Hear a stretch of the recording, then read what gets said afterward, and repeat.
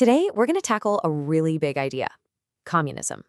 We're going to look at the theory, the grand vision of a perfectly equal society, and then we'll dive into what actually happens when that theory gets put into practice in the real world.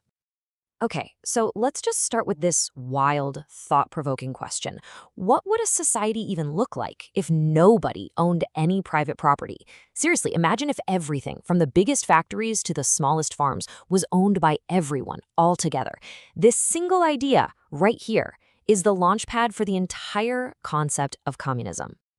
All right, let's really dig into that idea. Because, at its art, communism is way more than just an economic system. It's this huge vision for a society built on the principle of total equality. So what does that actually mean? The key phrase to lock onto here is collectively owned. In a system like this, the whole concept of a private business, a privately owned factory, or your own farm, it just vanishes. Instead, everything is owned by the community as a whole. And why? What's the point of all this? Well, the ultimate goal is just huge. It's to create a classless society. The theory imagines a world where the lines between rich and poor are completely erased, simply because all the wealth is distributed equally among every single person. It's a really powerful and, you have to admit, idealistic vision. Okay, so if that's the dream, how do you even begin to build it? What's the actual blueprint supposed to look like? How is this thing designed to function? Well, the engine that drives this whole thing is something called central planning. It's a completely top-down system.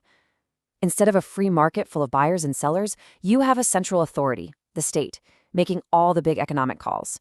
The state literally decides what gets made, how much of it gets made, and what it's going to cost. And on paper, this sounds like it solves two massive problems. First, it's supposed to be super efficient, right? By cutting out all the waste from market competition.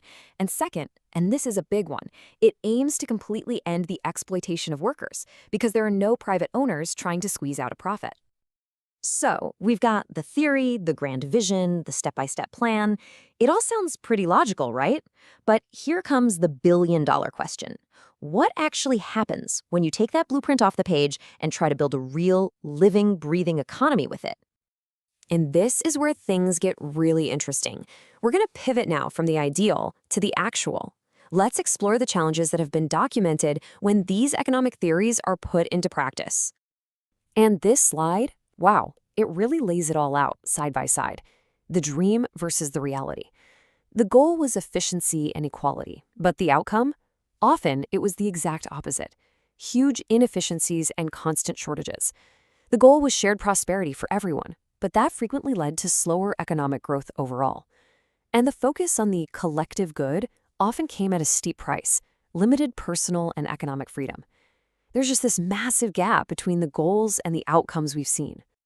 So you gotta ask, why? Why such a disconnect? Well, a lot of it seems to boil down to two really human things. First, when there's no competition, there's just less pressure to make things better or to innovate. And second, without the chance for personal gain or profit, that basic incentive to work harder or smarter can really fade across an entire economy. And look, this isn't just some abstract idea. We have major historical examples. This quote points to the big one, the Soviet Union.